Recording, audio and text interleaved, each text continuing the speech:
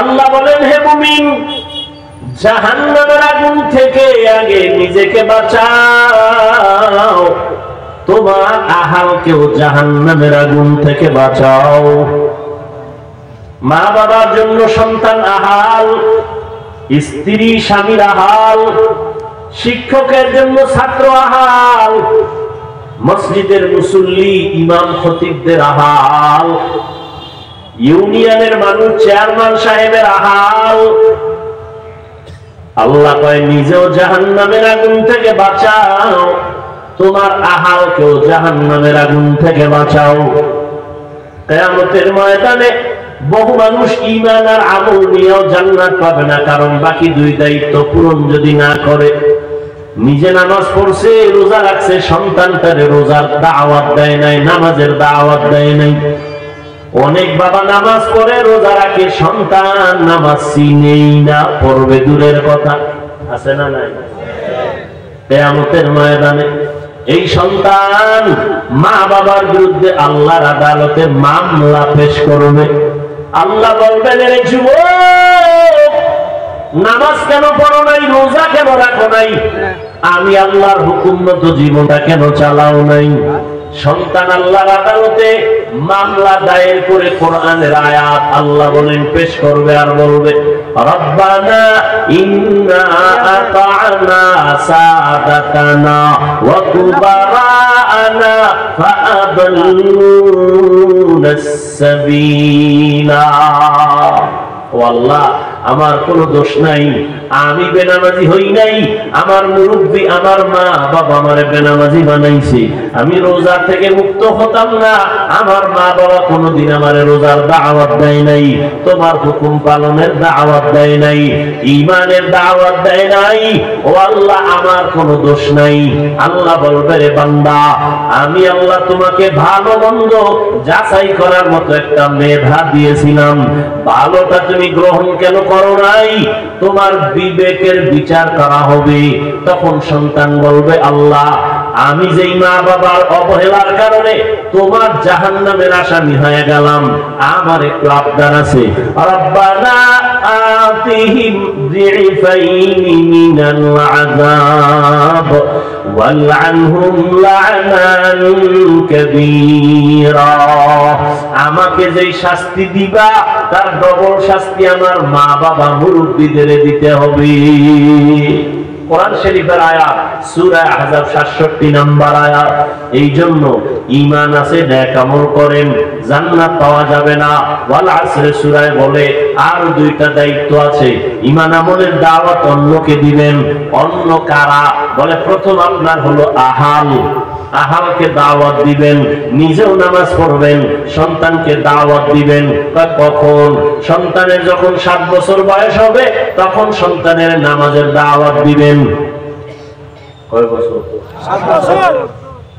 আর বুড়া মানুষ, হাজী সাহেব, সন্তানের দাওয়াত নাই। কেউ হাজী সাহেব, সন্তান নামাজ পড়েনি, না বয়স হয় নাই, বিয়ে শাদী, একটা নাতিন আছে, নাতিন, এমন নামাজের বয়স হয় না। ইচ্ছা করে জাহান্নাম মাথায় নিয়ে কবরে যাইতেছেন। মুহাম্মদ রহমতের নবী বলেন, 7 বছরের সন্তানের দাওয়াত দাও নামাজের মুসাল্লায়। 10 বছর যখন হবে তখন তুমি একটু কঠোর অবস্থানে দাওয়াত দাও। নামাজ না পড়লে যদি একটু শাসনের প্রয়োজন হয় শাসন করো, তবে সাবধান, শাসন করতে গিয়ে চেহারায় আঘাত করবা না। শাসন করতে গিয়ে যেন শোষণ না হয়, জুলুম না হয়, চেহারায় যেন আঘাত না পড়ে।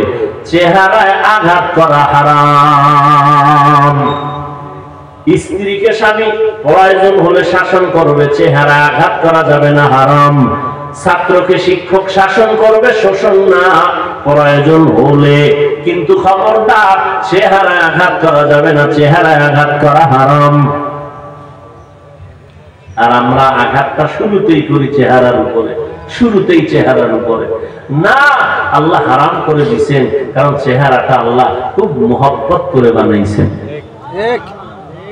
দেখেন না, এত রৌদ্র, এত বৃষ্টি, এত শীত, হাত মোজা পা মোজা, পুরো বডি পোশাক দিয়ে আটকানো, শরীরটা আটকানো, চেহারাটা খোলা, যত ধুলা চেহারায় লাগে, যত রৌদ্রের তাপ চেহারায়, যত ধুলাবালু চেহারায়, ঠান্ডার যত প্রখরতা চেহারায়, কিন্তু দেখছেন নি হাত পা আটকায় দিলেন পোশাক দিয়া। গোসলখানায় গেলে দেখবেন পোশাকটা খুলে ফেলবেন, শরীরের মধ্যে যেই পরিমাণ ময়লা, সাবান না দিলে পরিচ্ছন্ন হয় না। আর যেই চেহারায় এত ধুলা বালু লাগলো, রোদের তাপ লাগলো, একটু সাবান লাগবে না, হালকা পানি দাও, চেহারা পুরো বডির থেকে আলাদা সুন্দর। কে বানাইছে? আল্লাহ। তাদের কুদরত দারি বর কামাল, আনতা রব্বি আনতা হাসবি যুল জালাল, তুহি কাদের জলিলুল্লাহ জাহাদার, বহর হালে তুহি মেরা নেগাহদার। 7 বছর বয়সে সন্তানের দাওয়াত দাও, 10 বছর যখন হবে তখন হালকা প্রহার করো, কঠোরতা অবলম্বন করো, কারণ সন্তান কিয়ামতের দিন মা বাবার বিরুদ্ধে আল্লাহর আদালতে মামলা দায়ের করবে। ও যুবক, কয়দিন আর বাহাদুরি করবা? আল্লাহ পাক রব্বুল আলামিন জমিনের মধ্যে পাঠাইছেন, সিরিয়াল কিন্তু দেন নাই কে কোন দিন মরে যাইবা। আল্লাহ পাক বলেন, ও দুনিয়ার মানুষ, আমি তোমার যৌবন কালটারে বড় দামি বানায় দিছি। যৌবন কালের খেদমত করো, চাকরি করো, এই চাকরিটাও সবাই গ্রহণ করে। যৌবন কালে যত কাজ করো সবার কাছে পছন্দ। আমি আল্লাহর কাছেও তোমার যৌবন কালের ইবাদত বড় পছন্দ। ঠিক, যৌবন কালের হিসাব আল্লাহ নিবেন কিয়ামতের দিন। যৌবনটা তুমি কোন কাজে ব্যয় করেছো? ও যুবক বাবারা, একটু আগেই কিন্তু বলেছি, রহমতের নবী 1500 বছর আগে বলেছেন, যুবকেরা আমি মুহাম্মদের উপকার করেছে, বুড়ারা বিরোধিতা করেছে। আজকে যুবক তুমি কি করো? কয়দিন আর বাহাদুরি করবা? আল্লাহর মহব্বত অন্তরে জমা করে নাও, মা বাবার দোয়া নাও।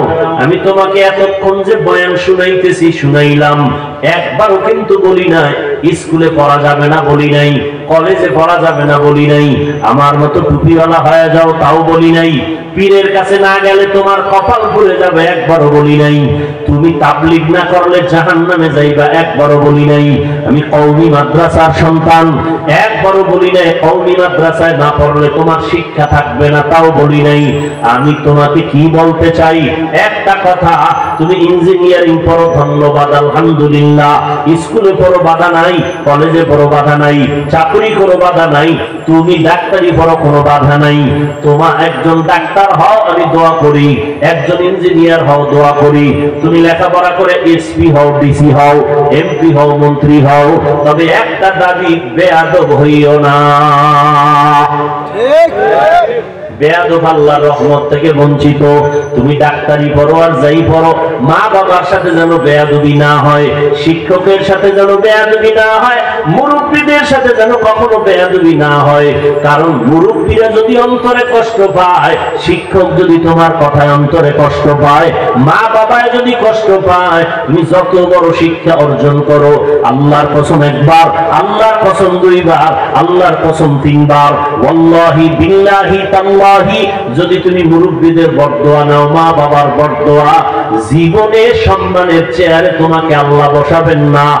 আর আল্লাহর কাছে গভীর রজনীতে যদি কান্না করে বলো, হে মালিক আমাকে তুমি মাফ করে দাও, আল্লাহর কসম তোর কপালে ক্ষমাও আসবে না, কারণ মা বাবায় যদি ক্ষমা না দেয় আল্লাহ ক্ষমা দিবেন না, কারণ এটা বান্দার হক, বান্দার হক আমার আল্লাহ ক্ষমা দিবেন না বান্দা যদি না দেয়।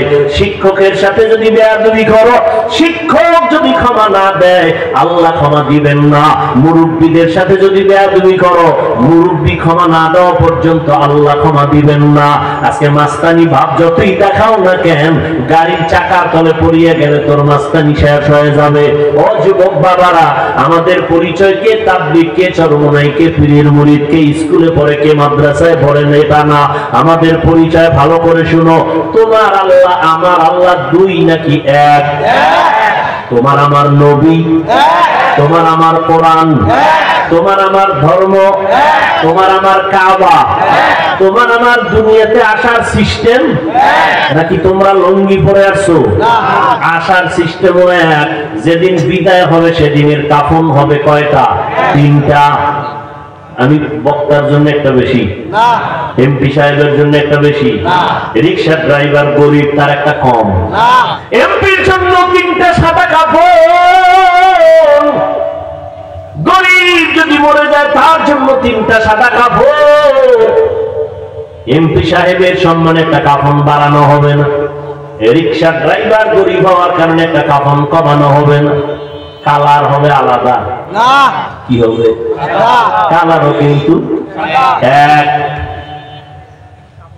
ওই কাফনের উপরে লেখা থাকবে এটা পীর সাহেবের লাশ, কোটিপতির লাশ।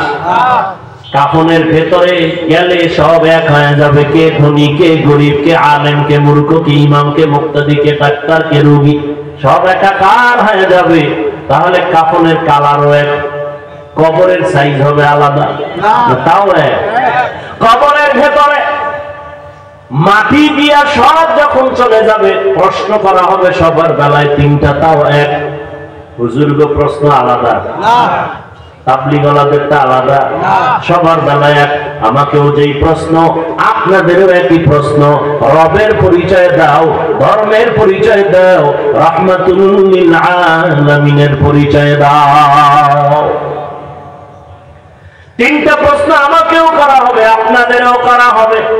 ও যুবক, ও বৃদ্ধ বাবাজি, পর্দার আড়ালের আম্মা জান, দুনিয়াতে আপনি আমি যে লাইনেই থাকি না কেন, আপনার আমার আল্লাহ এক, নবী এক, কোরআন এক, ধর্ম এক, কালেমা কাবা সব এক। কিন্তু দুঃখ, আপনাকে এত বয়ান করে বুঝানো লাগে কেন আমাদের? এরপরও কিন্তু আপনি টুপি মাথায় দিতে চান না, আর আমি টুপি মাথার থেকে খুলতে চাই না।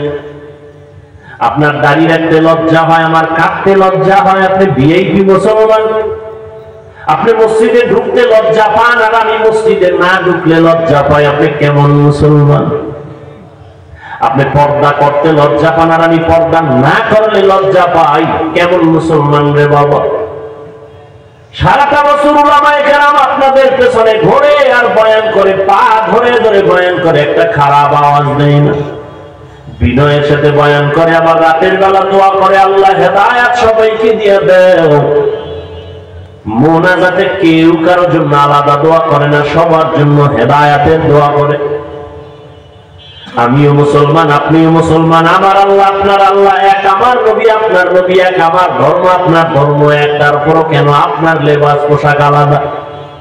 আপনি কেন নামাজ পড়েন না? আপনি কেন পর্দা করেন না? আপনি কেন হালাল ভাবে চলেন না? তাহলে বলেন, আসলে কি কোরআনটা একটু মিথ্যা?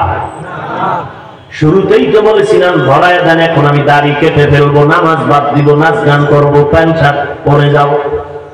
কিন্তু পারবেন না, কেউ পারেও নাই। তাহলে একটু অন্তরকে জিজ্ঞাসা করেন, আপনার আসলে সমস্যাটা কোথায়? আপনি স্বীকারও করলেন কোরআন সত্য, হাদিস সত্য, আপনার আমার ধর্ম এক, আল্লাহ এক, নবী এক, কাবা এক, কোরআন এক, কালেমা এক, সব আপনি স্বীকার করার পরে কেন নামাজ পড়বেন না? বলেন আপনি কেন নামাজ পড়বেন না? কারণটা কি? কেন আপনি পর্দা রক্ষা করে চলবেন না? কারণটা কি? তাহলে আমরা কি ভুলের মধ্যে আছি? তাও বলেন যে হ্যাঁ, আমরা নামাজ পড়ে ভুলের মধ্যে আছি। কই না তো, আল্লাহর রহমতে আল্লাহ সম্মানও কম দেয় নাই। এমপি সাহেব দেখলে সালাম দেয়, হুজুর দোয়া করবেন। মন্ত্রী মহোদয় দেখলে সালাম দেয় আর কয় হুজুর দোয়া করবেন। চেয়ারম্যান সাহেবের চেয়ারের মেয়াদ আছে, এমপি সাহেবের চেয়ারের মেয়াদ আছে, কোরআনওয়ালার চেয়ারের কোনো মেয়াদ নাই। সম্মানকে দিয়েছেন আল্লাহ তাআলা, দান করেছেন।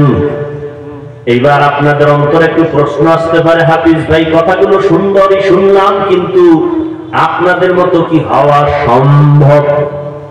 আমি আপনাকে ডাইরেক্ট বলে দিলাম, আমার মতো আমাদের মতো হওয়া আপনার লাগবে না। আমি একটু আগেও কিন্তু বলেছি, স্কুলে পড়ো, কলেজে পড়ো, চাকরি করো, ব্যবসা করো। তোমাকে বলি না মাদ্রাসায় আসো, তাবলীগে যাও, একবারও বলি না ওখানেই থাকো, চাকরি করো, ব্যবসা করো। তুমি স্কুলে পড়ো, বাধা নেই। ওখানে থাইকা তুমি শুধু আল্লাহর মহব্বত নিয়ে চলো, জবানকে কন্ট্রোল করো, 5 বেলার নামাজ পড়ো, মা বাবার দোয়া নিয়ে চলো, ওস্তাদ শিক্ষকের দোয়া নিয়ে চলো, বেয়াদবি করবা না। তোমার মতো বহু যুবক জীবনে মাদ্রাসায় পড়ে নাই, র্যাব, আর্মি, পুলিশ, বিডিআর চাকরি করে, 5 বেলার নামাজ পড়ে নাই। সত্য কথা বলেন, সে যদি পারে তুমি কেন পারবা না রে যুবক বাবা? তোমার মতো যুবক রাস্তায় গাড়ি চালায়, আজান হয়ে গেল, নামাজের মধ্যে দাঁড়ায় গেছে, গাড়ি বন্ধ করে দিয়েছে, তুমি কেন পারবা না? ও পাবনার যুবক, তোমার মতো সন্তান নদীর মধ্যে মাছ ধরিয়াও নামাজ ছাড়ে না, বলো বাবা তুমি কেন নামাজ পড়তে পারবা না? তোমার মতো ছাত্র স্কুল কলেজে পড়ে, নামাজ বাদ দেয় না? নাই? বলো বাবা তুমি কেন নামাজ পড়তে পারো না? তোমার মতো সন্তান ময়দানে কৃষি কাজ করে, নামাজ ছাড়ে না, তুমি কেন পারবা না? আল্লাহর কোরআনটা মিথ্যা মনে করিও না। ও যুবক, আমিও তো টুপি মাথায় দেই, তুমি তো যুক্তি দিয়ে বৈশা রইছো, টুপি দিলে মাথা গরম হয়ে যায়। কই আমরা টুপি মাথায় দিয়ে তো গরম মেজাজ কইরা কোনো কোরআনের উল্টা কথা বলি নাই। টুপি মাথায় দিলে মাথা গরম হয়, তুমি বুঝছো, আমি বুঝি নাই। ব্যাপারটা এমন না, পাগল হই নাই। পাগল হইলে তুমি হইতে পারো, আমরা কোরআনওয়ালারা পাগল হতে পারি না। লম্বা জামাটা পরছি, তোমার শরীর গরম লাগে, আমার কাছে কি গরম লাগে না বাবা? তুমি যাও কুষ্টিয়া জেলা সদরে, যাও পাবনা জেলা সদরে, কোর্টে গিয়ে দেখো 40 ডিগ্রি সেলসিয়াস গরম চলতেছে, আরো বেশিও যদি চলে। ওকিল ব্যারিস্টার ওই আবা কাবা কোট আর মুজা শু পড়তে একবারও ভুল করে না। তখন তাদের গরম কই গেল? কয় না না, এটা আমাদের অভ্যাসে পরিণত করছি না, আমাদের জীবনের একটা সম্মানের চাওয়া পাওয়া, এটা আমাদের পাতেও চাকরি। তুমি যদি আসলে আমার নবীর মোহাব্বত নিয়ে চলতা, তাহলে তোমার মধ্যে এই অনুভূতিটা আসতো যে আমি মরিয়া গেল রসুলের আদর্শের বাইরে যাব না। তোমারে পাও দইরা নামাজ পড়াইতে পারি না, আর আমার দুনিয়ার সব দিলেও আমি এক বেলার নামাজ ছাড়তে পারি না, অথচ তুমি আমি এক আল্লাহর গোলাম, এক নবীর উম্মত। আসলে বিষয়টা কি? তুমি সব জানো, সব স্বীকার করো, এরপরও কেন আমল করতে চাও না? তোমার ভেতরে সেই আযাবের অনুভূতি আসে নাই? আল্লাহর আযাবের ভয় তোমার অন্তরে এখনো আসে নাই? ও যুবক, আমি যদি এখন প্যান্ট শার্ট টাই লাগায় রাস্তায় চলতাম, কেউ আমারে বাধা দিত না। কিন্তু এরপরও কেন নামাজ পড়ি? শীত কত কষ্ট, ফজরের নামাজে ঠান্ডা পানি দিয়ে ওযু বানায় নামাজ পড়তে কত কষ্ট। এত কষ্ট করিয়াও কত মানুষ আমগো গালাগালি করে। বেঈমান তো বাদ দিলাম, তোমরা কি পরিমাণ আমাদের বিরোধিতা করো, এরপরও কিন্তু টুপি ভালাই না, নামাজ ছাড়ি না। এর একমাত্র কারণ আমার আল্লাহর কোরআন সত্য। আর আল্লাহর কোরআনে আল্লাহ জান্নাতের বয়ান করছেন, জাহান্নামেরও বয়ান করছেন, তাও সত্য। ইন্নাল আবরারা লাফি নাঈম ওয়া ইন্নাল ফুজ্জারা লাফি জাহিম। নেক আমলওয়ালারা জান্নাতের পথিক, যারা গুনাহ করবে তারা জাহান্নামের পথিক। কোরআনের বয়ানটাও সত্য। জান্নাতটা কেমন আরামের ঘর আল্লাহ তাও কোরআনে বয়ান করেছেন, সত্য। জান্নাতিন তাজরি মিন তাহতিহাল আনহার। আবার জাহান্নামটা গুনাহগারের জন্য কেমন ভয়ঙ্কর আল্লাহ কোরআনে বয়ান করেছেন। জাহান্নামের আগুন তো বড় ভয়ানক, ভয়ঙ্কর আগুন, যা সহ্য করা যাবে না। ও নবীর উম্মতের দল, দুনিয়াতে যত গরম দেখি, আগুন দেখি, জাহান্নামের আগুনের 70 ভাগের 1 ভাগ আগুনের তাপটাও অনেক কম। দুনিয়াতে সূর্য বিজ্ঞানীরা বলে জমিন থেকে 13 লক্ষ গুণ বড়, 9 কোটি 30 লক্ষ মাইল উপরে সূর্য, দিনে ছিল রাতে নাই। এরপরও কেন এত ঘাম, এত গরম লাগে? আর আল্লাহ পাক রব্বুল আলামিন বলছেন, নবী বলেছেন, এই সূর্য কিয়ামতের দিন নিচে আসবে। সব তাপ যখন ছেড়ে দিবে, গুনাহগার গুলো মাথার মগজগুলো টকবক করে ফুটবে ভাতের মারের মতো। মাটির জমিনটা সূর্যের গরমে তামা হয়ে যাবে। আম্মা জান আয়েশা রাদিয়াল্লাহু আনহা বলতেছেন, আমি একদিন দেখি রহমতের নবী গুনাহ নাই